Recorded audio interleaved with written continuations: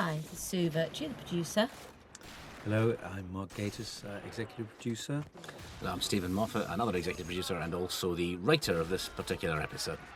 Though probably, just as this is right at the very beginning, we should fill in what our real roles are here. This whole series is based on an idea by Mark and myself, which we had on trains to Cardiff, about updating Sherlock Holmes, something that we had sort of a long fascination with, because when we admitted on the train to Doctor Who, basically, that we preferred, of all the Sherlock Holmes movies, we liked the updated Basil Rathbone, Nigel Bruce ones best, which is heresy, but just true.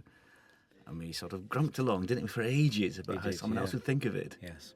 And then happily, casually, you mentioned it to your wife. That's me. And then I have to say, in case this story has already run away with itself, we didn't go to Monte Carlo to talk about it. I By like that story. fantastic coincidence, we were attending perhaps the most bizarre award ceremony in the history of the world in Monte Carlo for a weekend of strangeness. And we finally, Sue sat us down and in the sunshine, in a lovely location, I have to admit, we eventually started thrashing out how we might do it. And that's actually not that long ago. No. It was really, it's about 2007, 2008. Yeah. It's really, I mean, it's been shockingly fast to have got from that lunch in Monte Carlo, based on a lunch in Monte Carlo. I like Based that on an fact. original look. To having 3 90-minute movies completed. That's incredible speed. So well done, Sue. And then, in fact, we went and I did take you for lunch at the Criterion, didn't we? When we got our first script commission. Yeah, which obviously people will know, hopefully, was where Watson first met young Stamford. Or they went to the Criterion bar after first meeting, and then he introduced him to Sherlock Holmes. And it's worth saying, so we started off, we took this idea to the BBC, and it was one of those, we had a great lunch, and then we had a great meeting, because really the idea of doing a modern Sherlock Holmes was a bit of a no-brainer. I mean, the world is littered with no-brainers that haven't happened, but happily this was embraced from the beginning. And we started out by making the 60-minute pilot version of this story, Study in Pink. That's my job, really, isn't it? Provider of lunches. Well, also a provider of impetus, because I do think Mark and I would still be on a train somewhere discussing the fact that That's only because we can't find the doors. yeah. Also, we kind of like the train. It's nice. So yes, we actually originally made this as a pilot. We should be able to see elsewhere on this DVD, I imagine.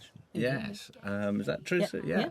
Yes, you'll see it, and it's a 60-minute version of the same story. But obviously, being compelled to turn it to 90 minutes meant you couldn't just stick in extra bits. Yeah, we had to sort of rework the story to justify its greater length. And this is directed, and worth mentioning, was these stellar shots by Paul McGuigan, the very brilliant movie director of Gangster Number 1, Lucky Number 11.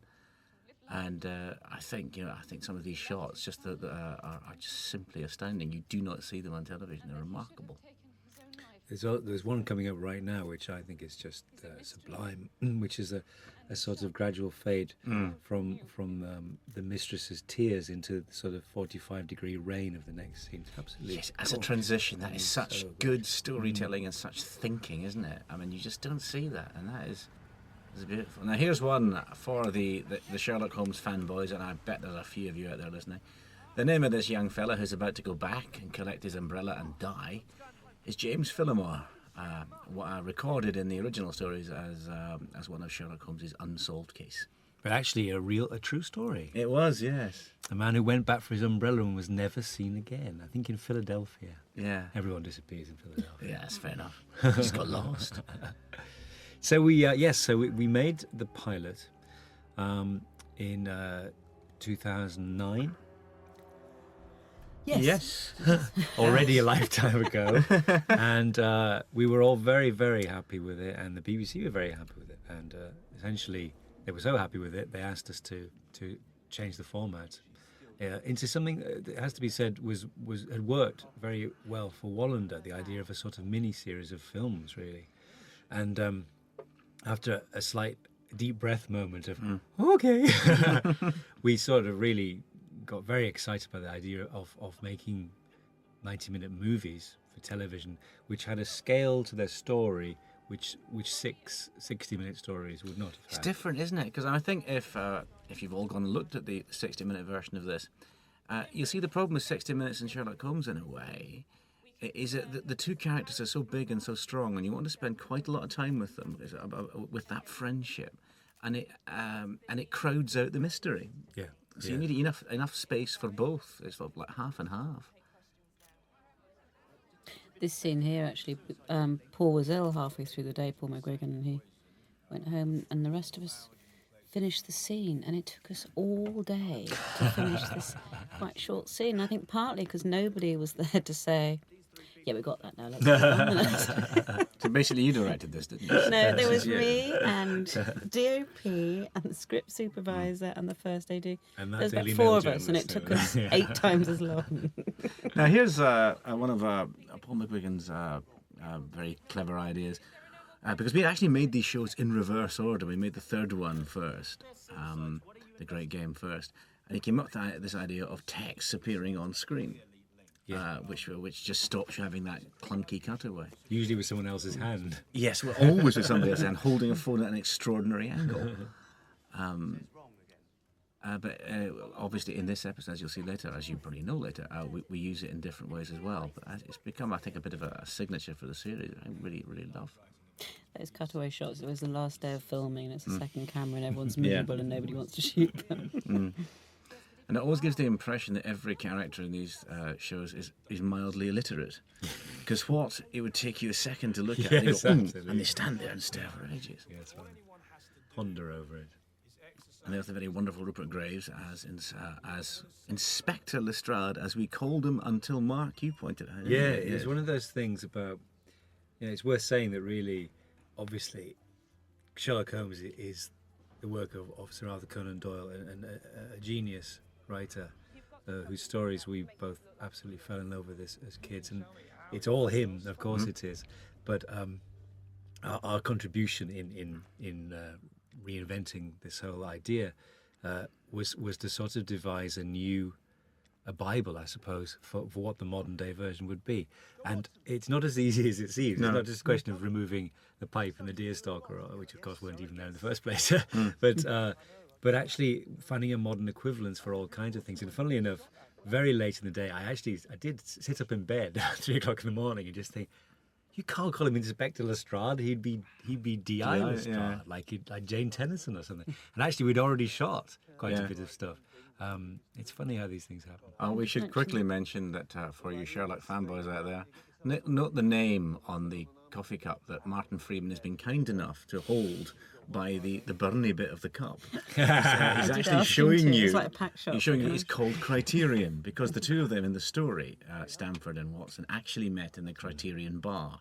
We're not in the Criterion bar, but we wanted to honour that, so we've called it the Criterion Coffee bar. Coffee bar. Although by extraordinary fate, in the pilot, we did go to the Criterion. And this beautiful, gorgeous Edwardian interior, which we then couldn't go back to.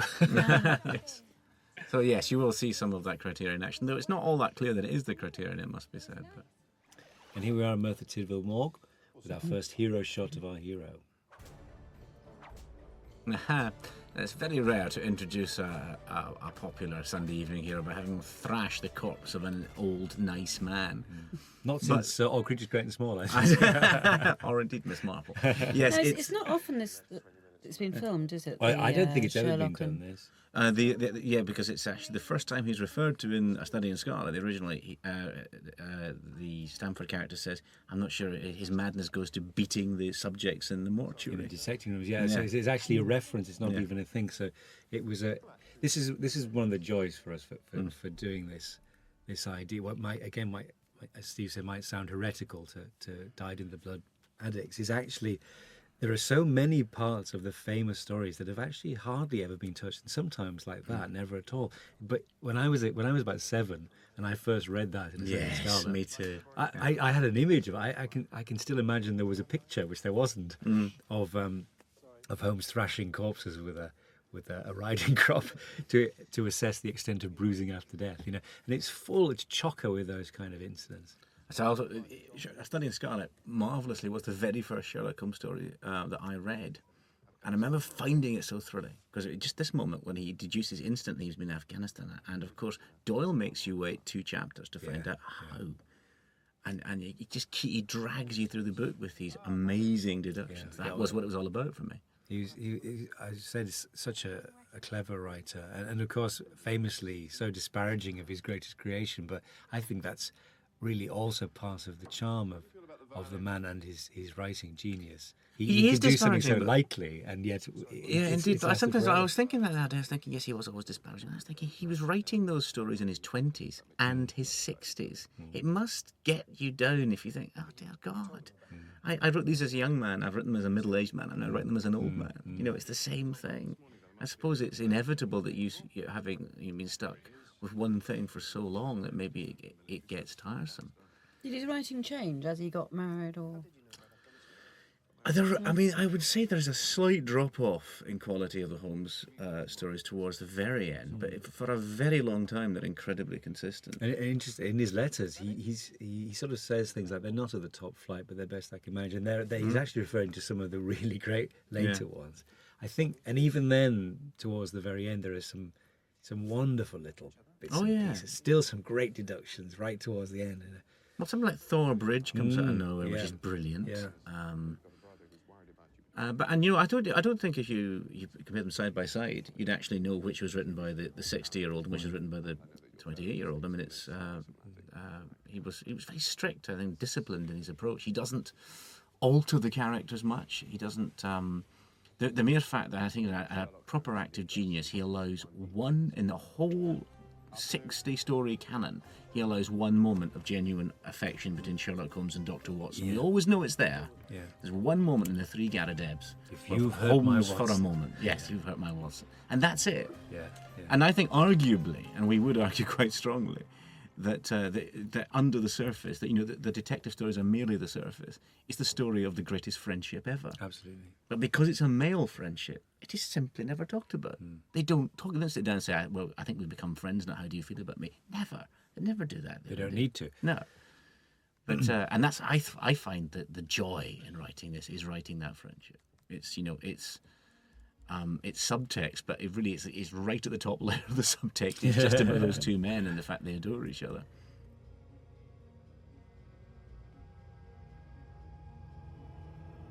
Another absolutely lovely shot there from Paul McGuigan. And here we are. And just the words Baker Street send a strange thrill through me, I have to say. It's a very good match, that kind of architecture, the white stucco front of those houses, and I love the fact that really, obviously, we weren't trying to force the modernity. It would be awful, I think, if you sort of stripped away all the things like the silhouette of Sherlock and actually the look of Benedict, really, in that kind of way. But also, we live in Victorian houses. They're still everywhere around us. Yes. This was something we'll come on to with the interior of Baker Street, actually, but it was always about trying to find a modern equivalence without sort of pushing it too hard. And there's a sort of blatant improbability here that we couldn't live without. Absolutely. It's 221B in the door. Now, you can see correctly there are 3 doorbells there. Why would one of those houses have it? But how could you not have 221B on the door? I don't think I've invented about 12 backstories now for why that happens. But no one has ever done that. Why would we start? Yeah, that's true. 221. Yeah. It would be so depressing, wouldn't it? And here we are in our absolutely lovely Baker Street set. Which everyone just felt so comfy in, didn't they? You just want to sit down. Interesting, a few changes from the pilot to this, because the original idea, we certainly wanted to be very cosy, but not student squalor. For it to look like a bachelor flat. They're 2 young men, they definitely eat a lot of beans and things like that. But it has to look somewhere you'd really want to spend time, and hopefully as an audience you want to see them in. But Paul was very interested in the wallpaper texture, is a bit of a signature of his, and it's actually a lot less red and Victorian than it was in the pilot. Yes, we always tease Paul. Paul teases himself about his wallpaper fetish, but I have to say, watching other films, the ones that are not directed by Paul McGuigan, you think, actually wallpaper doesn't have help a set. You mean non-wallpaper films? Yes. I was trying to think, well, that's a very boring wall, isn't it? Now, and there used to be a 2 levels, and then we yes, everyone tripped over it. Yeah.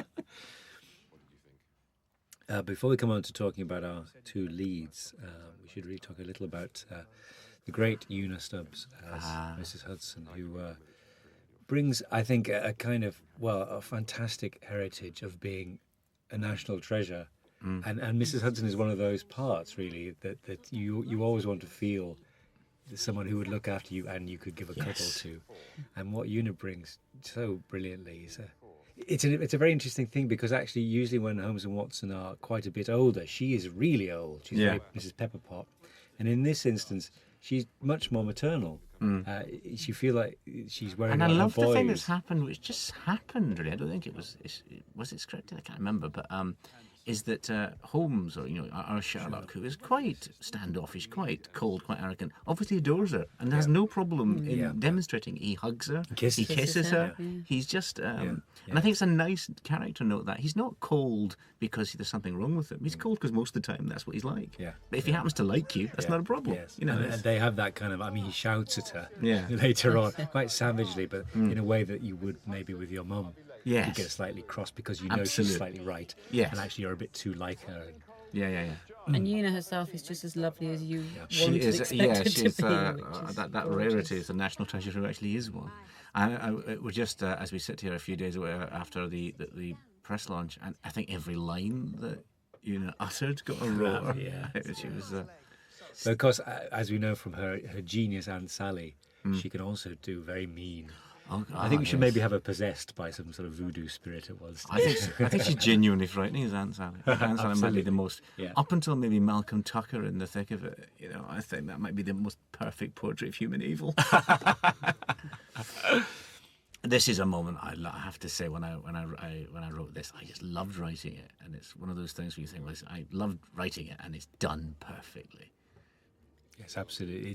It's an immensely satisfying scene because it delivers everything you want. Suddenly, this abandoned, lost soul, the man you want to come back for him comes back for him and holds his hand and says, Now, as "Come they on." leave, and I just interrupt, as they leave this, just watch Watch the this camera work shot. on this and work out where the wipes are.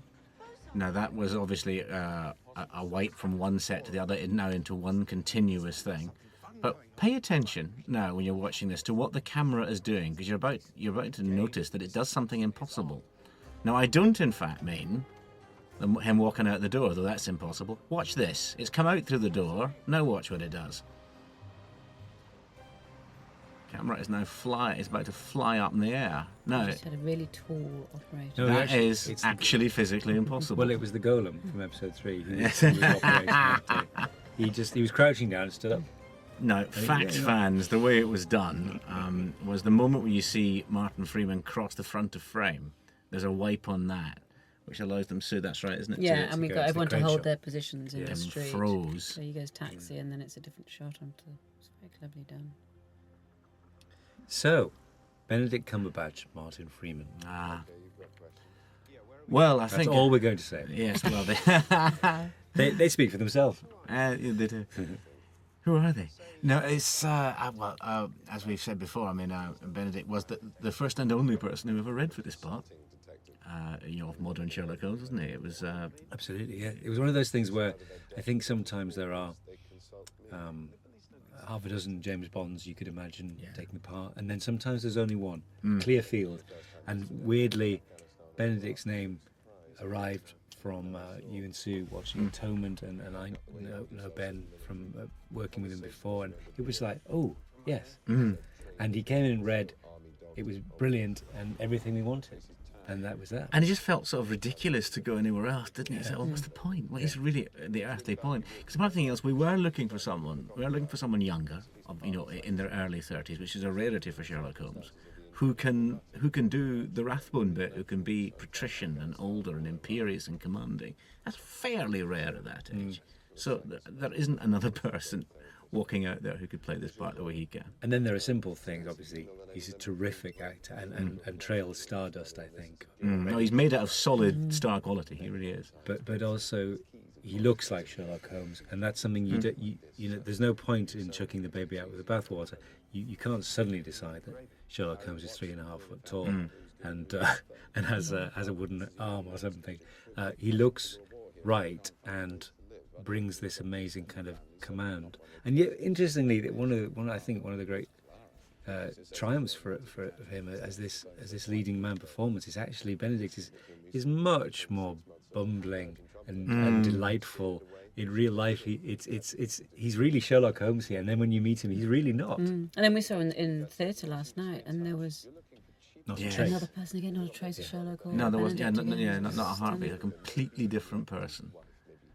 And actually, when I've been watching the show for a while, I haven't seen Benedict for a while. I forget that Benedict isn't at all like Sherlock Holmes. He is, as you say, bumbly, sweet, affable, nicest man you'll meet. The only one slight strand in common is I think there's a kind of in Benedict's case a gentle and in Sherlock's case a ruthless assumption of that everyone's here to help. He's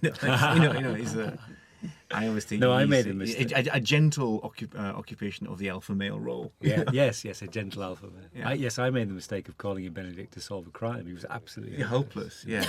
rubbish. I hope that doesn't happen again.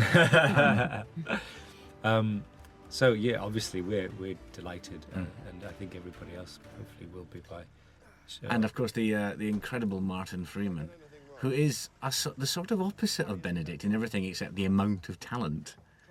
Because I think Benedict is a kind of magnificent, exotic animal as an actor, isn't he? He doesn't look like a normal person. He rarely plays normal people. He plays sort of exceptional people. Well, Martin finds a sort of poetry in the ordinary man. And there's a sort of an absolute fastidious realism of everything he does. I believe everything he ever does. Absolutely, It's brand new on every take. And that sequence in episode 3 where he's sniffing his fingers and noticing the disinfectant. And every time I watched it in the rushes, I was thinking, it's like he's genuinely noticed it every time. Yeah, It's just extraordinary. But it was It's on a production thing, so this is the same street we used in the pilot. Yeah. It's pouring with rain in the pilot. Yes, which is a shame In fact, because the it wasn't house meant that to we have rained. used has now been sold and done up and was totally Yes. suitable. So, in fact, the interior of the house is somewhere Oh totally yes, we'll different. go on to that amazing house. But finding Dr. Watson, John, was a more involved process, because then as soon we knew we wanted Benedict and Benedict was going to do it, that we needed to find a match, and that's one of those things. One of the mysteries of casting, and I have to say, having been on both sides of the table, I find it immensely reassuring that people come in, lots of great people come in, and it's the fit. Simple as that. And talking about, interestingly, about alpha male qualities, we found with some of the wonderful actors who came in to play John Watson that it was like there were two commanding officers in the room, or there was a commanding officer and a private soldier, as it were. Yes. The chain of command was wrong, and soon Because as it's captain of the ship and the ship's doctor who can override the captain, isn't it? I mean, Kirk and Bones. Yes, it is. They have to have a sort of equality, but there's no question of who, generally speaking, the commanding officer is. The very first person, of course, through the door for the part of Dr. Watson was, bizarrely enough, Matt Smith, who a week later was about to audition for the Doctor. And when he left, we all looked at each other and he said, he's really rather more like Sherlock Holmes. Yes. Little yes. did we know. Yes. But I remember the first time we put Martin with Benedict, we'd had, as you say, a bunch of very good auditions, but it wasn't a partnership. And the moment we put Martin with Benedict, it actually changed Benedict. It changed the way he played it. He was suddenly more like Sherlock Holmes. And they have It's another one of instant Paul's chemistry. amazing shots. Oh yes, this is a tremendous gadget up the middle of the stairs, isn't it? And this is well, so you explain how that's done, because you were there. Was it done? Very good. It's a sort of revolving pole thing. Yeah, but the actual lift through the floor, though, there's 3 shots there, isn't there? Yes, yeah.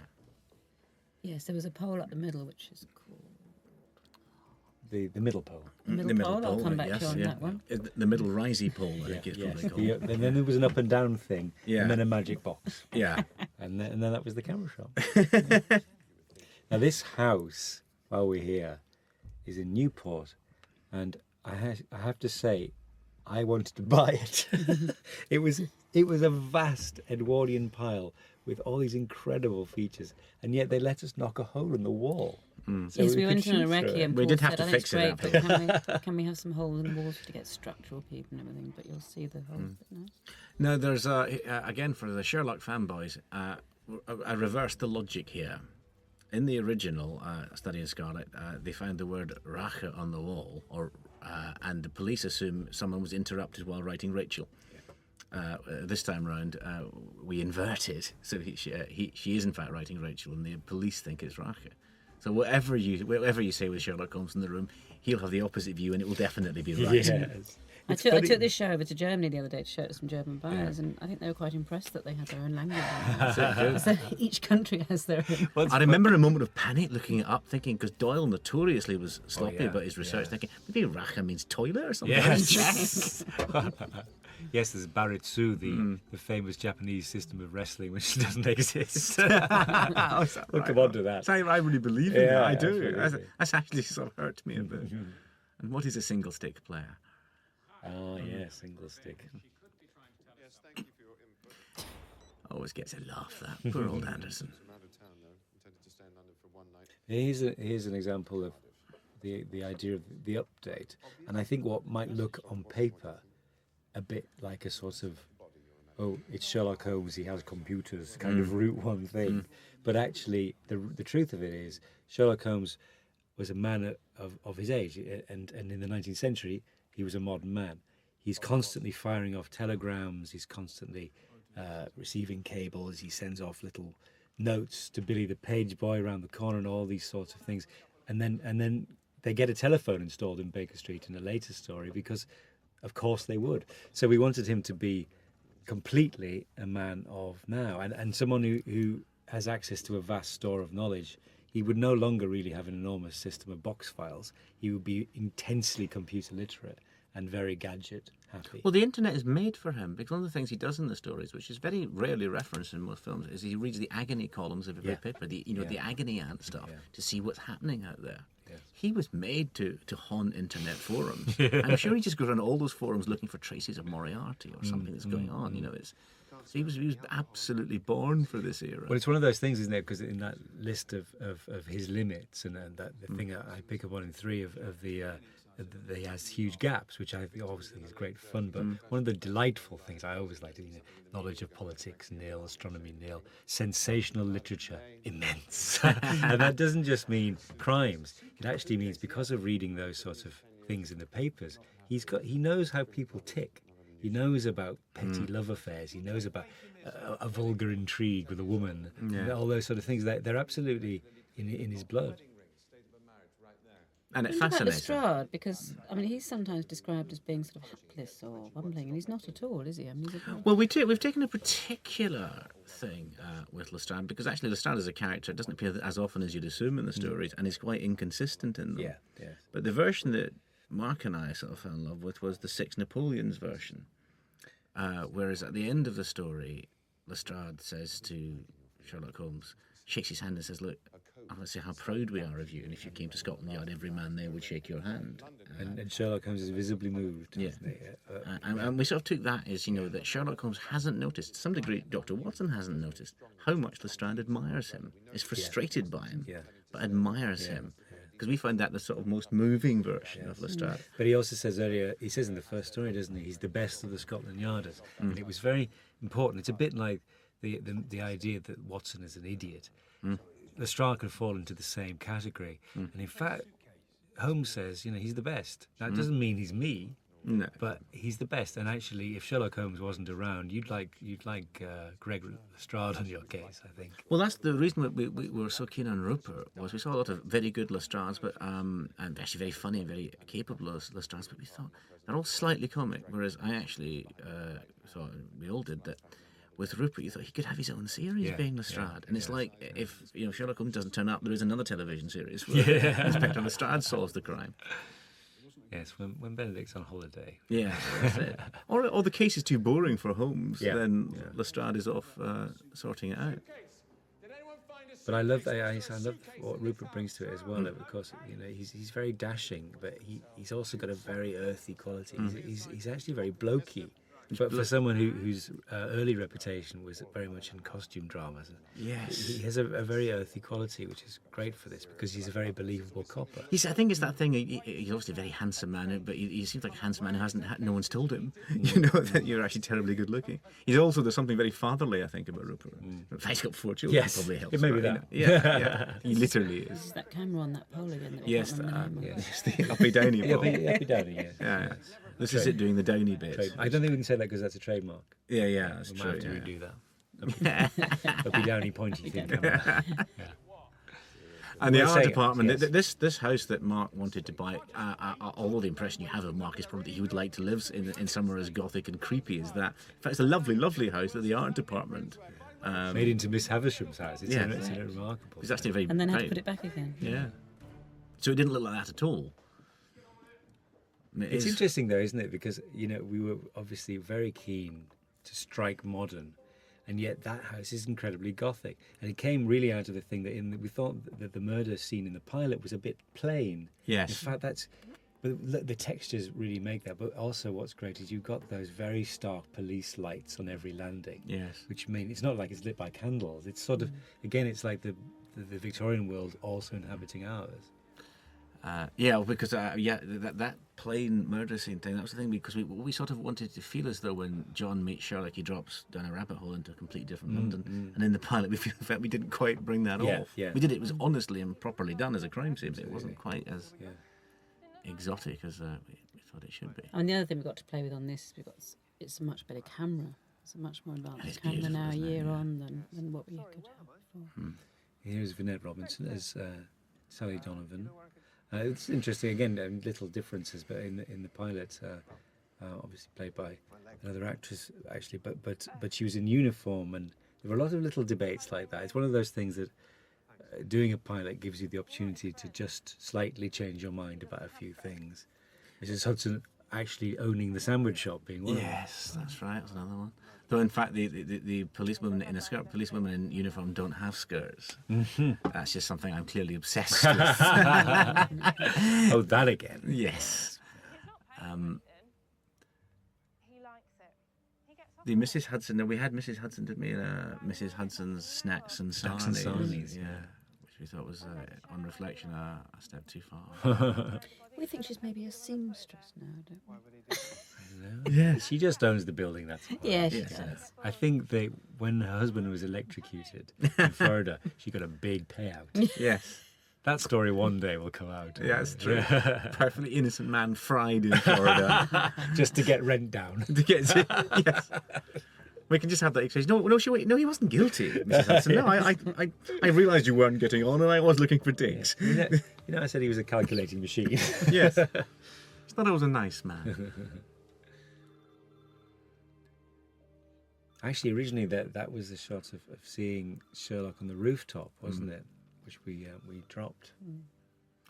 Yes, I always rather loved that shot, and then I discovered that actually nobody else did. So I think it was me and Ben Stevenson liked it. And everyone else thought it was a bit Mills and Boon and silly. So realising that I was in a minority of two, I shut up. But the mystery of the phones, I think, now is upstages it anyway. Yes, I think it's lovely. This side, it's really creepy. Obviously, followed by the cameras being turned away. Anyone who has that power. Yes. But the idea. Have you ever actually walked past a phone that's going? It's scary. You think there's something not Yeah. right about that, even if it's just an accident or whatever. No, that's exactly what I wrote. Because it's happened to me, and I thought, did have the thought as I was walking past Should the I? next phone. Imagine if that one started ringing, then I would be so scared. Of course, on the night we actually were in control of a couple of these security cameras. It was a very strange thing, Of talking course, to the yeah. base saying, can you Because this turn it is- round now? This was in Cardiff, and not sure. I wonder if we could have done that in London. Probably not. They Whether- turn them back pretty quickly, I have to say. We got Turn the it shot. away, turn it back now. That's fine. Yes, that'll do. Thank you. Fine. Moving on. Well, we're secretly committing a crime. And making that traditional mistake of committing a crime, of committing it to film and showing it on television. Yes. Which is, Actually shot by other cameras across the road. yes. But I'm sure your situation is quite clear to you. Ah, scary stuff. So I this seem to is- recognise that voice. This is the beginning of a little red herring, or a very large one. Really. Well, I think we can assume that everyone's seen it yeah, already, yes. but of course what we're now about to do is convince everybody that a man who is, in fact, Mycroft, is Moriarty. I think describing him as Sherlock Holmes' arch enemy definitely helps. But I was very pleased that, 'cause I remember I was discussing it with you and thinking, but you know, everything that I consider an elder brother might say could sound very sinister. Yes, I'm very concerned. He is concerned. Yes, it is just a petty view. Yeah, yeah. I think we have to fess up to that our interpretation of Mycroft is probably not Doyle's at all, but Billy Wilder's. and Yes. Izzy Diamond's. Yeah, our favourite, apart from the Rathbone films, our favourite really is the Billy Wilder film, The Private Life of Sherlock Holmes. A very underrated film, which I think now is much more appreciated, I have to say. But it's a fabulously melancholy, funny, irreverent, and yet very, very reverent film. It's kind of the perfect package in so many ways. Well, it's sort of. Mycroft was fat in some Oh, he ways, was. wasn't Yes, he's very fat. That's why we cast Mark. He's hugely fat in the books, which, in fairness, I have to say, is probably his only distinguishing feature in the books. I think Apart Doyle's from slightly clever than yeah, Sherlock, but it's, even that is sort yeah. of promised but not delivered. Yes, yes. And we rather loved what Wilder and Diamond did by making Christopher Lee into the Machiavellian figure. yes, Yeah. It's a fabulous location, isn't it? yeah. There's no, And I have to who- say, who- who the and fact- despite the fact that he's here, I think this is an absolutely beautifully acted scene. My blushes, Watson. I remember getting the rushes for this because I'd really hoped to be there, but I was stuck by an Icelandic volcano in LA. Because it would have been so equal making for Mark to have been playing Mycroft. I wanted to see that Oh, I happen. know. Well, yes. I mean, I had to be forced to play this part, obviously. Yes. But, We should give credit to the man who thought of it. Steve Yes, Thompson. Steve Steve Thompson. Thompson thought of this idea. Yeah. We were discussing Moriarty and Mycroft, and I don't know if we're discussing a specific idea or not. But Steve pointed out that you actually would pass very well as Benedict's brother, and the moment, and you'd been talking about Peter Mandelson body language. and things like that. we were meeting somewhere because I was auditioning to play Peter Mandelson. Yeah. In the Mo Molam thing that Julie Walters did, and so that's where it came from. Yes, because he is. I mean, I was watching Peter Mandelson the other day, just thinking, well, there he is. But I think Mycroft has much more power than he ever did. Yeah. Oh God, yes. Yeah. But I think this. What I'm very pleased with about this is that the way it all fell into place as a certainly in terms of what you did with expanding the original storyline very cleverly, but also to just be a huge red herring, which I have to say, hopefully, people keep falling for. Yeah. But it's a delightful thing. I think if to get the chance to play the other Holmes is just fantastic, and there's something really delightful about that relationship, I think. I think also the side of John that we see here is really cool. And now there's Martin, just to show what a tough nut he is. It's he's because John, being the decorous man he is, he's always biting his lip. He's always sort of being calm with people. He's never drawing attention to himself. But here he's just absolutely brave. Yeah. I mean, he's he's facing that really. I mean, what is Yeah. this situation? Yeah. It's like being taken somewhere to be shot. And he might well Anything assume that His he's going to be. pride that's being- And he's absolutely solid steel in this, which makes us like him, I think.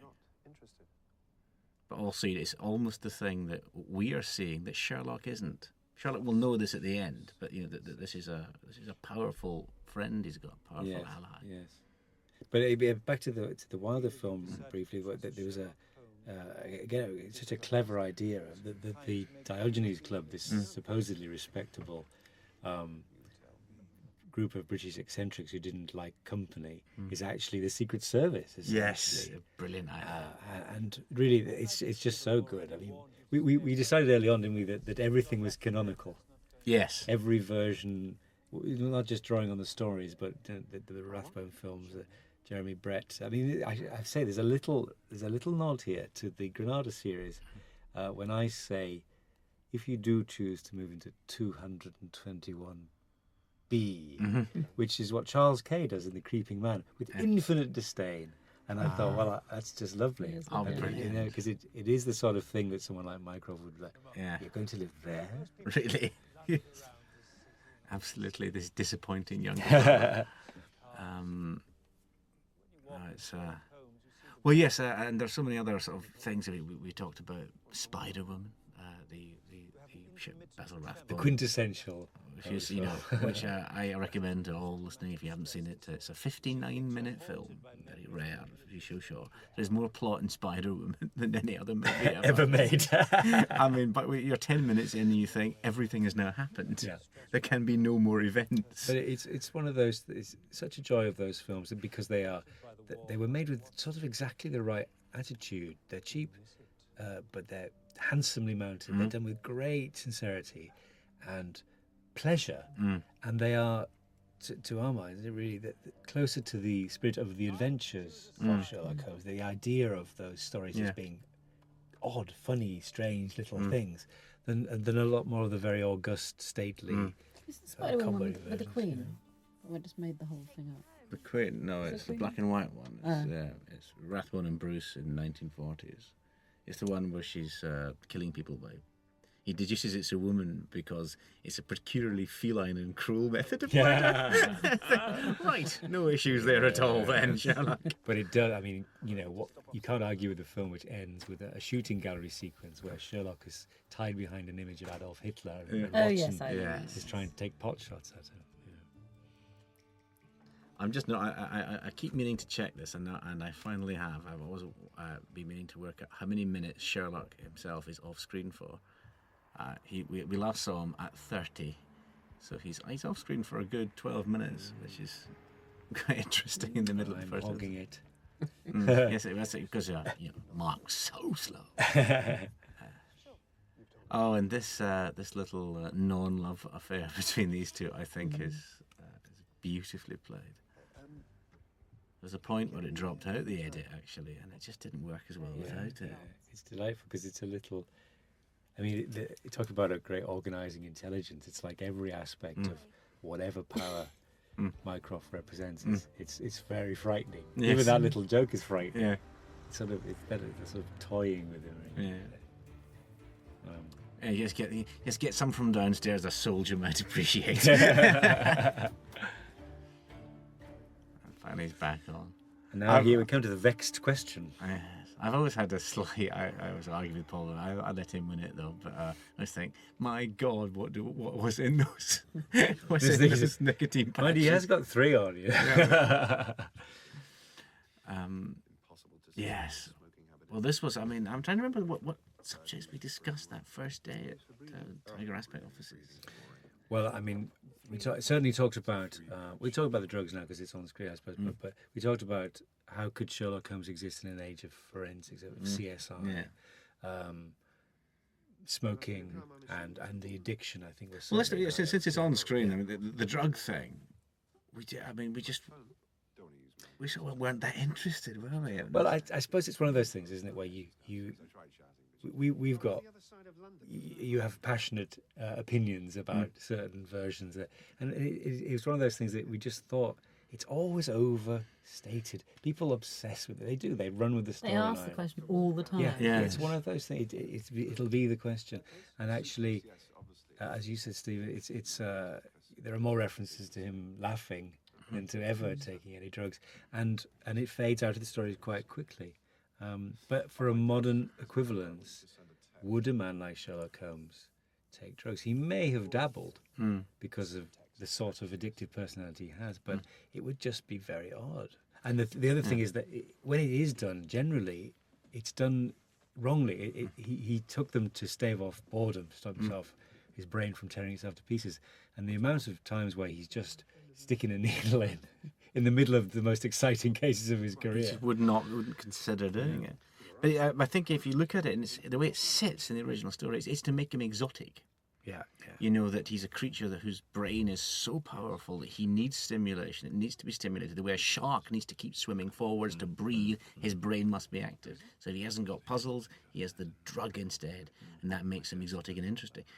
in Victorian times. To say that he just sits there doing coke when he hasn't got a job makes him an idiot in modern times. Makes him a prat. Makes him work in advertising. Yes, exactly. It's so horrifically wrong. But as you say, and I think obviously, I think it's very clear when you modernise. One of the advantages of modernising, you suddenly see this guy when he was 18 would have been a mess. An absolute terrifying mess. He wouldn't have known what he was doing. He would have been dropping out of things. He'd have been getting up to all sorts of mad things before he sort of calmed himself down and focused himself. Can you imagine Sherlock Holmes before he discovered if I have enough puzzles, then I'll be fine? Yeah, yes. You imagine that he was probably a complete madman. I think probably as well, in that way, as in the original stories, when someone at his college says, you should do this for a living, in fact, it's the father of one of his says, you should do this for a living. It's the first time it's occurred to him. Probably, you could imagine a backstory where he's absolutely, and Mycroft's probably despairing at his brother who's vanished in Central Europe for 6 months, doing God knows what. But actually, suddenly he finds a purpose, and it focuses his life. I mean, he's still got ragged edges, certainly where we meet him. Yeah. And he's not functioning as a human being until he meets the person who actually gently starts to say, you shouldn't say that. But not in a preachy way. Well, I think it's because he listens to it from John because he gets from John that John really likes it and admires him, but also says, no, that was terrible. Yeah, yes. And that's he has he's an audience, but he's not an uncritical one. Yeah. So I'm sure a lot like ours. Well, as he says in the car, most people say piss off, isn't it? That's right, yes. But in the same argument, really, one of the early questions about sort of devising a modern version was, well, CSI world, I don't just mean the programme, but police forensics, that's what police procedural TV programmes are about. Sherlock Holmes, Conan Doyle effectively invented great swathes of it. Why would he be special now? And the conclusion we really came to, was that he's still the genius in the room, and the police can collate away. They can bag all the evidence. They can even measure footprints and things now. But he's the man who can say. And the example we used, I think, to define it is Sherlock Holmes can notice, which it takes a human brain to do, and takes a thinking brain, not a procedure, is what's not there.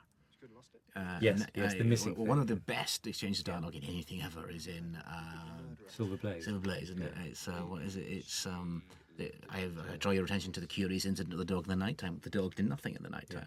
That was the curious incident, by which he deduced that an interloper was known to the dog because the dog didn't bark. And it's a brilliant point. Now it doesn't matter how many computers you've got and how much swishy camera work. If you to notice something that's not there, it takes a live. I can remember reading that story as a kid, and that bit made my hair stand up. Yes. Because apart from you just recognised the brilliant piece of writing, the sort of thing where you can imagine even Doyle going, That's pretty good. That's rather good, yeah. But it's such a clever idea, and then you can apply it so many ways that he's the one person. And that's why Lestrade goes to him, because he's desperate. Because he can just see things that nobody else can. There's also a thing about Sherlock, which is happening in the scene right now, is he does actually want someone to notice he's clever. He's actually cleverer for having somebody to notice it. Yes. So he's been making do with that skull for a while, but John comes along and brilliant and fantastic outline. He says, okay, you can come and stand next to me. There's no point being a good cook if you've only got you to cook for. It's entire, or a great comedian with no one to laugh. It's. Now, another thing that we agonised over, Mark, do you remember, that is, what do they call each other? It seemed immediately apparent they couldn't call each other by surnames. I mean, Moffat over there would agree with me. Yes, absolutely, Gatiss. But then at the same time, it was like, oh, Sherlock, John? Sherlock. Yeah. And it's very interesting that it doesn't matter how many times we put out our press releases, or even, within... It's amazing how many times it comes back as Sherlock and Watson. Yeah. People hang... And I think that's the problem, because John is a plain name. Yeah. And Sherlock still sounds like something exotic. Chosen to be exotic, But of course, it's one of those things. And I think... I hope, I really hope that once people see it, it just becomes the norm, because of course that's what and it would be very odd to have those kind of things hanging around. Looking at it now, I think it would have been appalling if they'd saying Holmes and Watson, because it would make them sound like public schoolboys, which they plainly aren't. It would just be so clubbish and boorish and old and somehow completely wrong. But it took us several days to convince ourselves that we really could do that. I mean, there are, interestingly, just because of being able to do that rare thing of introducing them together for the first time, there are nice moments, of course, when he says, "Oh, Mr. Holmes," because he hasn't yet got permission. Yeah. And when with the Pink Lady he says, "Dr. Watson," because it's early days, so you sort of get away with establishing it a bit. This location, because we shot all through the night, I think, didn't we? So Oh, like 7 or yes. something until 6 in the morning, and so it just outside just went through so many different Yeah. layers. First, it was a nice hot evening, I think. So everyone was outside the pub, so it was packed. Then obviously there was nobody, and then in the morning, Then there was that man then there was the who man. came along and told us that we're all crap except Chaplin. He was a very old man. I was there for that. Yeah. He was about midnight, and then it got a bit quieter again, and then suddenly you start seeing people with cappuccinos and things walking to the offices. It was gradually getting lighter. Oh dear, it's daytime. That was a long while. There are no arch enemies in real life. Doesn't happen. No, this is one of the supposedly controversial things. Actually, a subject we never discussed at all, which is Sherlock's sexuality, because although people talk about it being ambiguous or mysterious, the truth is the books are completely clear. He's not interested at all. He's interested in what his brain is doing, not the other end of his body. But The rest is transport. yes, then all the rest of the transport was a line which was in the pilot but not here. But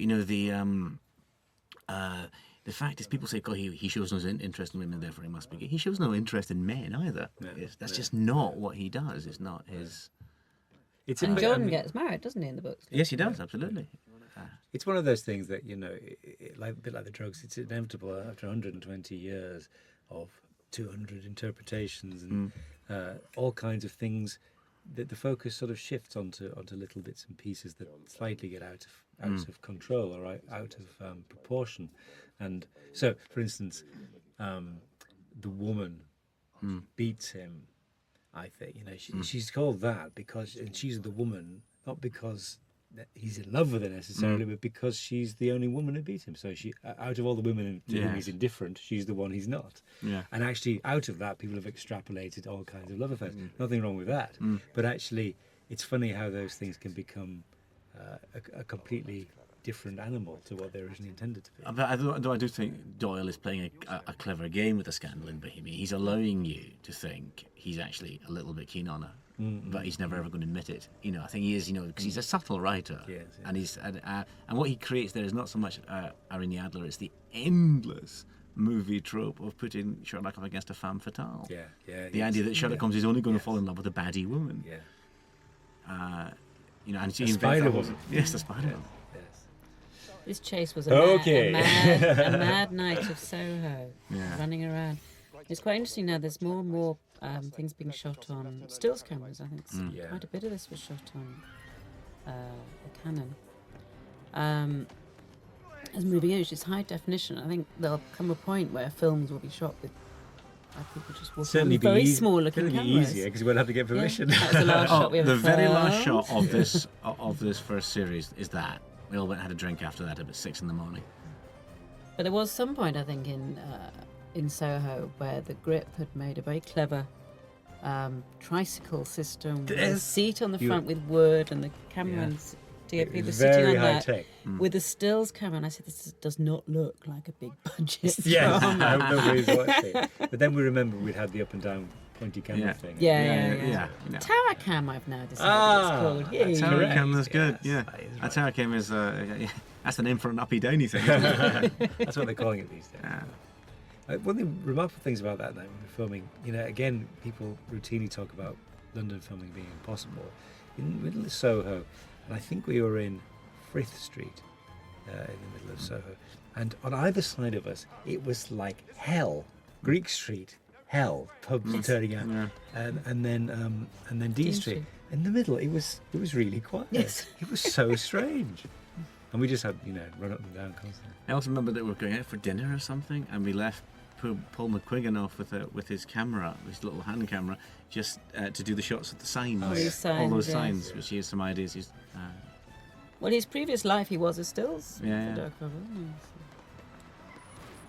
And now we're back in Cardiff. Yeah. I think it's tremendously good in all three of these films is the way in which they seem so London-y. They seem absolutely infused with London, and yet we're there. How many days are we actually in London for the whole thing? 6 weeks. A week. A week per block. Yeah. Which is, nothing. So it's really a remarkable achievement. But I think again it's that thing, trying to avoid the obvious, in a sort of Austin Powers way. Yes. The great thing I was saying about Piccadilly Circus actually is it's so recognisable, but it's also it's our Piccadilly Circus, and it's chocker with buses, but also with the infusion of modern London life, and something we wanted to do in episode 2 was to sort of celebrate the steel and glass palaces of finance, which is so much about the modern city of London, and not fetishise In Chinatown. old things in that way. Yes, in Chinatown, absolutely. But Cardiff was cold. Because when we shot, it was very cold. But really some fantastic doubles for London. There are some very good ones. So thank you, Cardiff. Yeah, no, Cardiff's great. We love Cardiff. I'm rather fond of this scene just because there's a genuine moment of warmth from nasty old Sherlock in it at the end of it. Manipulative, albeit, but properly warm, a nice warm smile. It's an interesting thing, isn't it? I know there was a long time ago, pilot stage, there was some sort of discussions and emails about whether he was unlikable, and happily I think we were able to go house. Not because we were playing bingo, but because we could cite the wonderful precedent of a show clearly based on Sherlock Holmes with a very, very grumpy protagonist whom everybody adores. Yeah. And actually, it's one of those things, I think our Sherlock is warmer than the one in the stories. There are more moments like that. But it's so interesting. In fact, I would say the reason you're interested in a character like him is because he's not like us. Yeah. And you want him to sort of course, say, John, my friend. But what he does, eventually does it by just saying, no, I'll get the beans. Really? That sort of little thing. That's as good as they're ever going to get. And really, if you went further, it would just somehow diminish. It would diminish how attractive he is as a character. Well, you're actually hanging on his every word to wait and see if there's going to be a crack in the facade. Yeah. And again, I think in episode 2 where he hasn't got his card isn't working, he goes, just take mine, and you sort of think, they do that, they share cards. As Jonathan Harris, as Anderson, now beardless. Ah, yes. Dare we say, dare we admit, because Jonathan Harris had listened to this, is that one of the reasons we got him to get rid of the beard was that the focus group who looked at the pilot thought he must be a baddie because he had clearly a false beard. That's true. Jonathan, I'm sorry, but it's true. It's true. Don't grow it again. Yeah. Yeah. I believe you. I think you will. I rather love the idea that people still think that means baddie. He also had a cape and a big hat. Yeah, that was it. He was an a anarchist, sinister laugh. an anarchist spy. A little fizzing bomb in his hand, Yes. which was. And I suppose this is another way we address the drugs thing. We do make it clear that there has been a past. Yeah, of which Lestrade is aware. Yeah. But this is the scene where you bring all the various elements together, isn't it? I think. That's made me laugh because it's that fantastic Christopher Guest film, Waiting for Guffman. Have you ever seen it? There's Corky Sinclair, the terrible theatre director, says, as Sherlock said to Watson, the elements are coming together, sir. And there you are. Thank you for saying that. Yes, no, I know what you mean. So it's a sort of scene where it's almost the gang scene. It's everyone except Molly Hooper is there. So all the characters are standing there, and it's a real moment of dignity for Lestrade because he does something cheeky and clever. Yeah. Which Sherlock never appreciates. He never actually sort of sits and thinks, actually, that was quite smart. And it also just allows Lestrade that moment of cleverness. Of course he knows Sherlock's going to find the case. That's what you got him there for. Yes, it's also that thing of of the real police investigation doesn't stop just because Sherlock picks up the reins. Yeah. They've got to do all the donkey work. they've got to get it to court and things like that. I think something that sort of came out of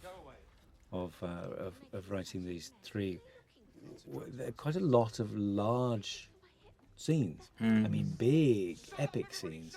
And laboratories of this one, it's a major scene, but it's great because I think it really sustains it. It's the sort of thing you rarely see. I'm not saying it's actually old-fashioned, just actually, if you've got enough going on, enough fluidity and people change of tone and pace, you can really stick with it, I think. Because it's comparative. I was thinking this, saying to Sue the other night, to write a scene where you see the people arrive in the scene, see every word they say in the scene, and then depart the scene. I was used to, I suppose, writing Doctor Who, which goes like a million miles an hour, and you'd never do that. To actually do something where you see everything everyone said, and it's 5 or 6 minutes long. It's sort of, I think it's just but a it works for tiny this, little it works. detail thing here as well, I think. But there was, because the downstairs obviously is a different set further along, they had to remember to leave their coats downstairs. Yes. Because they didn't want to have the coats upstairs, or him have to put the coat back on at the end. Yes. Oh, that's right, because it was given away that he was leaving. Yes. It's those things that can trip you up so terribly. Jenny.pink@mephone.org.uk. Yes. Me phone. Can't think where I was thinking. What kind of phone could that be? It's funny, isn't it? That's something, I suppose, you there's no way around it. You can see certain things, certain famous internet browsers in big films and stuff like that. You just have to go with it, and then happily go with people's nice design ingenuity to try and find one that doesn't look too sort of cod. Yes. No, it's a constant frustration. Actually, I think the one that's odd is I looked you up on the internet. We don't say that. We say I googled you. Yeah. Can we say that? We can say I googled you, actually. Yeah, I think, yes, I think you're allowed to say that. But It's you a just verb then now. can't It's say- fine. I suppose like hoovering. I do remember looking at that Union flag, Union Jack cushion, which I've got one of. And, I remember Paul came on the set when he was first being dressed as something like that. And he wanted to replace it with the cross of St Andrew. In the Scotty And he logo. thought, perhaps we're allowed it. Now here's a trivia detail, fact fans. It's going to spoil the whole thing for you, but that's not Phil. That's Benedict. Oh, yeah. No. No, that's true. I tell you what works so. It's so lovely though, and it was in the script as you wrote it almost in a sort of spooky ghost story way, and it's shot just right that he's just there with the hat down on the glasses, almost like a ghost at the back of the shot. It's very spooky, I think. Not the fact that Phil was actually still shooting There Whitechapel. is that. Yes. Phil was shooting Whitechapel. That played into. Do you remember we had that conversation about again pilot versus this version? Maybe the hat is a bit too cabby, and then you said, we can't get Phil that day. Maybe we should keep the hat. I remember in episode 2 we turned up in the city on the Sunday, because that seems to be the only day you can film in London, in the city. And we were filming right next to Whitechapel. That's right, yes, Paul next door. And I was chatting away to the producer and I said, how's it going? She said, oh, it's on budget, on schedule. I was quite jealous, really. So you just got this problem with Phil Davis, some other fly-by-night not team. here. Yes. Popping outside for a moment, won't be long. You sure you're all right? I'm fine. And that's the moment where we were able to, the fact that he's got his coat left downstairs means that Sherlock can go into the final scene with his hero coat on. Yeah. So Steve, talk us through a bit about the version of Studying Scarlet, the actual original story, which of course is a hackney cab driver. There are two pills, but this is obviously a very different take on it. Well, what it was in the original, it's revenge, and in fact, the murderer is exacting revenge on the people who killed his wife in America, and so the terrible people that are being killed, truly awful people that are being killed. Not innocent victims. But because he's such a religious and sort of moral man, he gives them all a chance. He's sort of allowing God to decide which of them should survive. And he's decided God's on his side. Isn't Yes, he has. But, the weakness of A Study in Scarlet as a story is that there's a huge long flashback to justify that, and the flashback's a bit tedious. Yeah. So we just gave him a simpler motivation. He just likes offing people, though he keeps the aneurysm, which the character in the original book has as well. And it's Jefferson Hope in the original. He's called Jeff. You will Jeff see Hope, the end credit. Jeff Hope. Yeah. to be killed by a man called Hope. It's a terrible thing, isn't it? But he was a cabbie, and in fact, he is, a slight inversion, he's brought to Baker Street. Tried to tell his story. Yeah. Yes. But he comes as a cabbie to Baker Street to pick up Sherlock Holmes' case, and Sherlock Holmes puts the handcuffs on the him. derbies on him. Yeah. I remember first talking to you about this and thinking the thing that Doyle missed is Sherlock Holmes should have been faced by the pills. You know, it's a great, I mean, it's a brilliant, one of these casual moments of genius that Doyle is replete with. That, you know, the idea of the two pills and you both take one. That is absolutely brilliant. Yes. And it's kind of so brilliant he doesn't even know it's brilliant. He doesn't make it the start. He doesn't actually make it the end of the story. I mean, this is the addict, isn't it? In Sherlock? Really? Oh, yes, totally. This is danger. This is what he substitutes. I mean, if in this version of events, when he was young and mad, he took drugs to get this kind of high. And it's the deadly thing. He could end the murders now. He could end the killing spree now. But he needs to know. He needs to know more than he needs to stop it. But again, we're talking about here raw, unrefined Sherlock Holmes. Yeah. He's chosen a side, and I did put this line in once and then cut it because it was too laborious. You know, he'd chosen the side of the angels because there are more rules. It's more difficult. He made it harder for himself. Yeah. But, you know, this is raw, unrefined Sherlock. I think as the original stories progress, it's not long before he's saying that he would happily die to stop Moriarty. You know, and we take him through that arc too. So he does. He decides he's not merely on the side of the angels. He is, in the end, an angel. Maybe a slightly naughty one, but maybe not the nicest one out there. But he is one of them. But that's a brilliant progression. That's a great story to tell. Well, it's the reason that we join the stories with Watson. He's as we know, that funny thing. There are a couple of the original stories actually narrated by Sherlock Holmes, and they're not the same. I mean, they have charms, but you know, he has to keep things from you because he knows what's going on, and actually you need to see it through John Watson's eyes. And we pick up the story at the point where this unbearable man becomes not just bearable but lovable and one of us, because we want him to be one of us. Yes, he needs to humanise. If you just kept him as the cold, borderline psychopath that he might have become. And I think this is one of the thrills about starting from the start, from the very beginning, is that we're definitely leaving room. He feels like he's on the edge here. Sally Donovan says one day there'll be a body, and he'll put it there because he'll do it for fun, because he'd be bored. And actually, suddenly John comes. They make a whole. They connect. They make a perfect partnership. It doesn't mean he's not capable of going something we haven't really done yet, but the idea, if we ever do it, of him sort of lying on the sofa for 4 days and not talking in a proper manic slump and things like that. This line is from something else, isn't it? What a good man, a great man. No, Oh, did you make that up? I honestly made that up. It's from one of those non-wallpaper films. the good and great. It's called The Good and Great Man.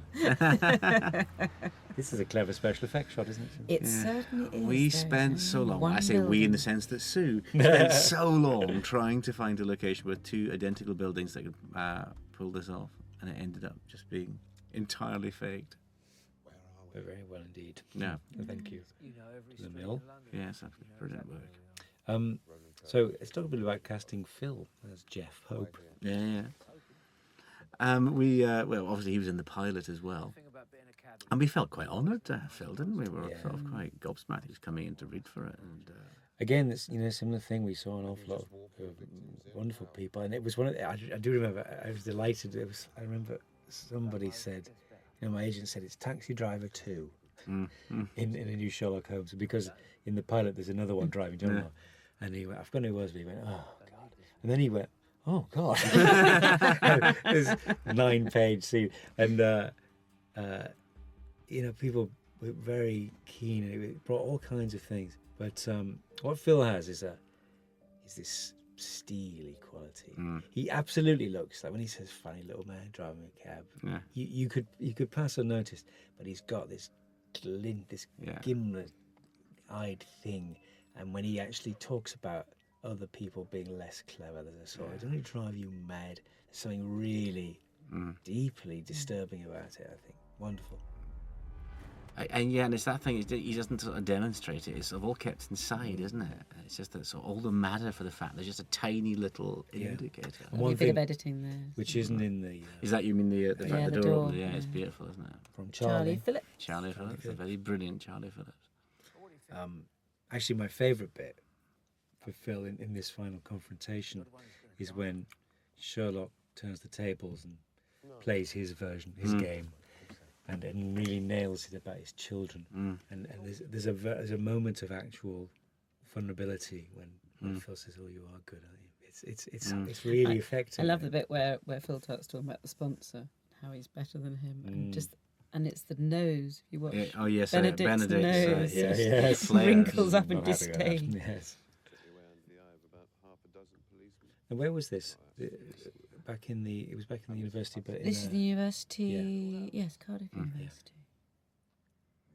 and rather a lovely room. Yeah, we found this room and we were rueing the fact we couldn't use it because he didn't have another Yes, building opposite Yeah. until. I know it seems so obvious we now. created actually. one. Well, naturally, at the end it does. You did what you do in films and you made it up.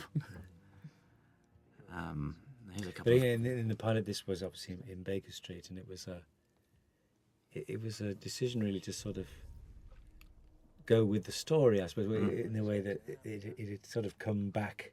And we thought, well, actually, they've been in Baker Street a lot. It's one of those things where, in real life, actually, maybe it's better to explore more of London and the world of Sherlock instead of just saying, this is where it all happens. No, it's a delicate balance, isn't it? Because you want to see quite a lot of Baker Street in that first one, I think, because it's your new precinct. Yeah. But we have the drugs bus scene now to sort of tide us over, and then we absolutely. get out here again. The other big change we made, and it's an interesting one, and it was controversial, and I suppose we've been arguing about it right to the last second, was in the pilot you don't know John is the man who shoots the taxi driver. You don't even know that John is following Sherlock. You just lose John altogether. And I thought it'd be really great for us to realise at the same moment as Sherlock is making the deductions about who it must have been. Yeah. Oh my God, it was John. But then I just thought it slightly killed the scene. For two reasons, there was nothing to cut away from. You're just the two blokes at the table. Yeah. And also it had been so much more John's story up until that point that to simply not know what he was up to felt like you're breaking grammar or something. Yeah. Both bottles are, of course, identical. But I think this way, I mean, you hopefully you get away with both things because there's a build of attention, there's something to cut away to, and it's the wrong thing. Yeah. So just when you sort of think, oh, the cavalry's coming, it's not. Well, it sort of plays the cliche, John will rescue him in time. No, he won't. Yes, he will. Because you've forgotten he's got a gun. Yeah. And again, that's a sort of, I don't know if it's really a staple of the stories at all. It just feels as though it is. It's pretty staple more of the movies. That John Watson saves Sherlock's life. You know, it feels as though that's happened loads of times. I don't know that it really has. No, it's probably it just feels one as of though those he's always the one who feeling. leaps in and saves him from the Hound or something, which he doesn't do at all. It's interesting that you're talking about, again, modern equivalents and how far you have to stretch it to make a story which is definitely our world but larger than life. Saying about cabs, they haven't got much money, but they get a lot of cabs because you can't put them on the bus. Yes. They need to be in the back of a cab, and that immediately gives you a modern equivalence. Interesting, another one I think is John's revolver, John's gun from Afghanistan. Now, you really wouldn't be running around London, it wouldn't be allowed, but of course we've got to do it, not just because it feels right for John Watson to have his service revolver or whatever the modern equivalence is, but actually because really they're not going into sub post offices which are being robbed. These are big stories in which people get killed and they need to be defending themselves. Well, so we never actually say how he got that gun. It's just there. It's one of these marvellous things you can do in television. You say, he's got a gun. Yeah. And it doesn't seem incredible that a military man would have one. No, Maybe not supposed to have it, but he's got it. be different in America. This scene would end very different. Everyone It'd be a massive shootout. Sherlock's got 10. A Tommy gun under that coat. 50-50 chance. You're not playing the numbers, you're playing me. I'm always unnerved by this scene, but it does hold. It's just because it is two blokes talking. But it's not two blokes talking. It's two beautifully shot blokes, absolutely superbly shot. And it's Benedict Cumberbatch and Phil Davis. It's it doesn't get better really. People think. I know how people think. It's just two great faces, aren't they? see it all like a map inside my head. Everyone's so It's funny again. We're that just we- watching it now, aren't we? Yes, again, it's funny again. Talking about Sherlock's look, we decided very early on that taking that quote from the stories, that he had a certain quiet primness of dress. Yeah. So they're very nice suits, not flashy, actually quite conservative dresser. But one thing we knew we needed to have was that coat. And actually, the scarf kind of arrived. Benedict liked the scarf, and we shot the pilot in winter. When we shot the series very much in winter, and it was necessary. But it gives you something that. Even funny enough, maybe more from those American illustrations. Frederick Doyle Steele, I think, who has the big lapels up sort of look, and but it gives you a silhouette which is instantly recognisable. One thing we need, we rarely see him just in his suit, and I wonder what he would wear in the summer. Well, such things we'll have to decide, but it is that thing of making your hero recognisable from every angle instantly, which of course is counterintuitive in a way because that's not what a detective wants to be, the most recognisable man in the room. But welcome back, Commander Bond. Have a shapely map. But that's a great coat. But again, that's one of the things we're actually accidentally in a way following the path of the Universal Rathbone Bruces because they gave him a great coat, don't they? Rathbone has a... Well, because it's suddenly it's the present day and it's not an Inverness cape or anything. No. It's just a coat. He actually did rather a good gag in the very first of the Rathbone Bruces where he goes to pick up his deerstalker and Nigel Bruce says, no, you promised. And he puts it away. Yeah, you promised. What's that about? They literally know they've been transplanted in time. Again, it's not 1895 out there yet. Yeah. We've done that. Yeah. Yes. But then, that's part of again, in the private life of Sherlock Holmes, a wonderful joke about the fact that, you've saddled me with this improbable costume, which the public now expect me to wear. Yeah. It's incredibly self-referential. It really works. Beautiful, yeah.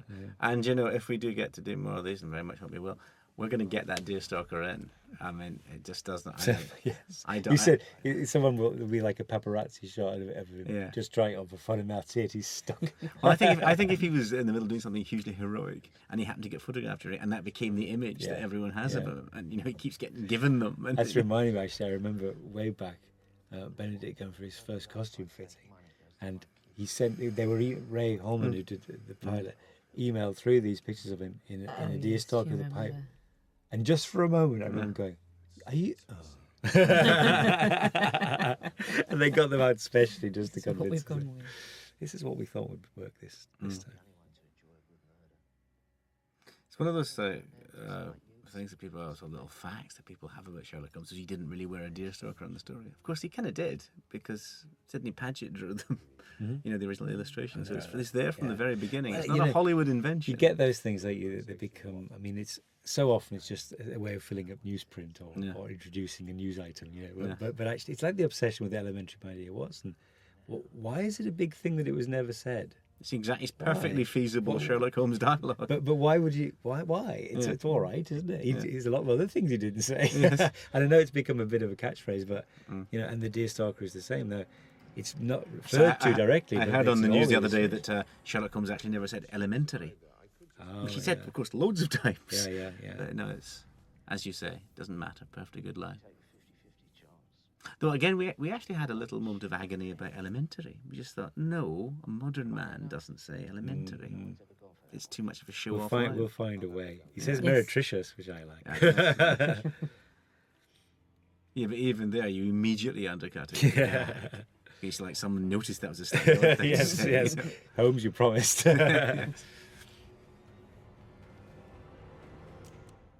But it's not like anyone who's seen this film actually notices at all. That's a little CGI shot. Is it? Oh, yes, with the... the flame.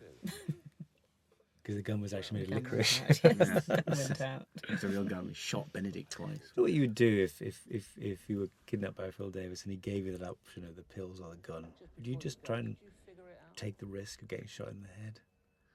I'd assume it was a toy gun now. Well, now, yes, obviously now. Oh, it's a tough one. I assume that in the other murders he was a little bit more proactive with the gun. A bit more terrifying. Because I'd still bet, if it had been a real gun, I'd still bet in Benedict overpowering him. Yeah, yes. And of course, at that point, I just leave. I have to say, this is an absolute illustration, which is in a slightly more sort of upfront way than the pilot, that he can't quite not do it. This is the addictive nature coming out. Did you ever make a decision on how Jeff Hope would know the difference? Just that he absolutely knows which, like the shell game, he knows which one is in which pocket, and so he does. It's not like he's marked them; he's just memorised. He knows which one he does.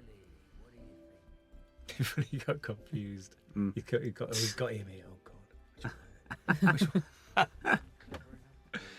Actually, I've changed my mind. But then that is his risk anyway, though, isn't it? That is his risk anyway. Yeah, but his risk is that if he gives them that, he tries to manipulate them in a sort of Derren Brown way. Here's the shot. Oh yes, the 2-window shot. So that's zooming through one window and then going through the same window again, because it's the same window twice. That's very, very convincingly done. And David Arnold and Michael Price with their violins of death going there, which is very exciting sort of Sherlock action music. Which I think you see some of in Yeah, I mean, they're such miracle workers for us on our very tight deadline. Oh, they're just brilliant. But I like this one because I don't think it's quite hero music, is it? It's Sherlock madness music in a way, isn't it? It's, it's exciting, but it's not. It's discordant. It's wrong. With the strings. Yeah. They sort of jar. No. That's an amazing shot. Yes. If Martin was ever going to be James Bond, that was the thing that would get it. I'm very, I'm really pleased with this because he's still doing it. Just tell me I'm right. Yeah. He says to the man in the pool of blood, and then he really very cruelly steps on his wound. You know, this is the coldest we see him. I think. Yeah. His justification would be much the same as John Watson's. Well, he's not a very nice man. Yeah. Yes. Yeah. Yeah, that's a horrible thing to say. That's a horrible dark line, isn't it? You're dying, but there's still time to hurt you. But this is our Moriarty through line, which we decided once we knew we were doing these as 90s, we would sort of not defer the pleasure.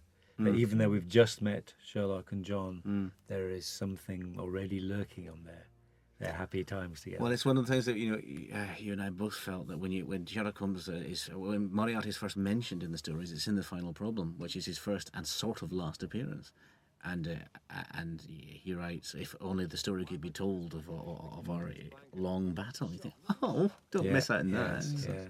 But also, it's one of those things that the Universal Studios decided was a mistake, and they brought back Moriarty a lot. Now it's the same thing as we love those films, and you don't not cheer when it's Moriarty, even though he's played by about 5 different people. Yes, that's right. There's so much to enjoy in. So in the Universal films, he's played by a different actor each time, and is killed each time. Yeah. And no explanation for his resurrection at all. It's called regeneration. Yeah, I think it is. There isn't really another explanation. You're looking for a man probably with a history of military service. I love this moment as well. Martin's cheeky little look now. So you realise, it's me.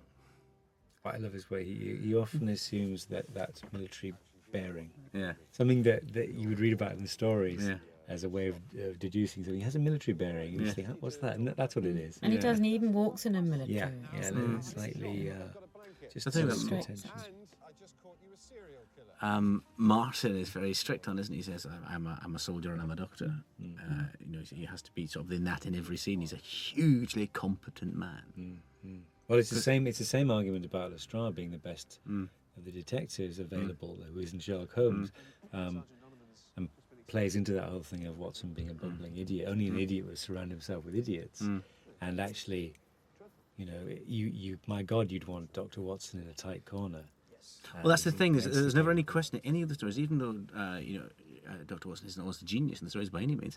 But Sherlock Holmes is absolutely clear that Dr. Watson is the most reliable man in the world. More than anybody else, he's the one he would trust absolutely to do exactly what he says he will. And that's what I think Martin embodies. The man What I love about Martin as well, I think he has a walk for every occasion. I think you remember when I was saying in the second episode, I think when he goes for the date, and there's something in his walk that sort of has Little jaunt, yeah. Yes, Yeah, I'm just yeah. slightly hopeful. Slightly more jaunty. I have hope. I've got a girl here with me. Actually, something if we do more, I'd love to play with is the idea of Watson as a lady killer. I mean, he's already starting, Oh, yeah. but it'd be great fun to explore that. No, I think we established it pretty well in this series. I think the only times you see him alone with a woman, only Lube really is exempted. Why is that? I think because she's got a thing for Sherlock, and Yeah. and actually in yours he is a little bit hacked off that she doesn't remember him. Yeah, you well, know. quite So rightly, I yes, think yeah, John Watson is immediately on the alert, like a meerkat. There's a woman in the room. A beautiful woman. Yeah. And Original dialogue here was that John Watson says, "Who is that beautiful man?" yeah, but then we cast it. And when that actor failed to show up, I was actually on set, and they said, it's out. "Come Mark, on, would you mind popping up? get this suit on?" Yeah. Again, it's a marvelous cheat, this, isn't it? But that sinister scene in the middle of the show gives it such energy, and it just turns out to be nothing more than a fraternal Of course, feud. when he says "mummy," that. Yes. It wasn't me that upset her. Yes. Mycroft. Yes, we made this decision about that Mycroft would have a yo-yoing weight problem, and there was we did actually a bit in 3, and you don't see it really. Was but that just to give you some freedom? it gives me freedom between hopeful seasons to let myself go. So he had pills on the desk. He was going to Diet be pills, yeah. taking diet pills, something that somehow Sherlock never has to struggle with. Well, all just because Mycroft is fat in the original, But again, it's about having fun, isn't it? And not just doing the obvious, I suppose. And again, I think because looking back to the Wilder film, they didn't think of it. They just cast Christopher Lee because they wanted him to do it, and it sort of becomes a interesting thing. You well, it became by have fun far the with most it, interesting Mycroft, actually, because he was powerful and sardonic and scary. yeah, and the only one who's convincingly Sherlock's equal cum superior. Love this. This is so funny. Hello again. Hello. Yes, we met earlier on this evening. Yes. Oh. Yeah, it's good. He has 2 goes. Yeah, he really goes for it, doesn't he? Poor old John. You did get shot though. Sorry, in Afghanistan. He's one of those deductions that thankfully you never have to explain. Yes, about I the love bottom those. third of the door handle. Yeah, and there's the turn-ups in the jeans. Yeah, I was going to say, they're my favourites, though. Once he gets interrupted during a critical Yes. moment. In fact, Paul McGuigan the other day said, "What is that?" Yes, character?" actually Didn't asked. he? He said, so how do you tell us that? I don't know. Yes. The software designer by his tie. Yes, That's gonna the be airline something. pilot. Yeah. Airlines left thumb. You turned it from it was something else. It was a plumber by his left thumb. You turned it into an airline pilot and something else. So I just thought, That's okay, right. I'm having that. Yeah. And it's better by Yeah. bewildering. But Joe Lidstow's been doing the online thing to find out the thing for the Green Ladder, didn't he? Yes. Yeah. Adventure of the Green Ladder. And And there we they go. are our heroes.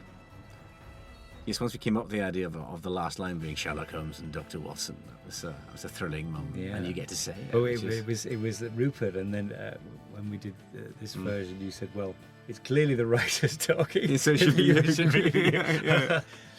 Anyway, thanks to everyone for your Thank you. incredible work.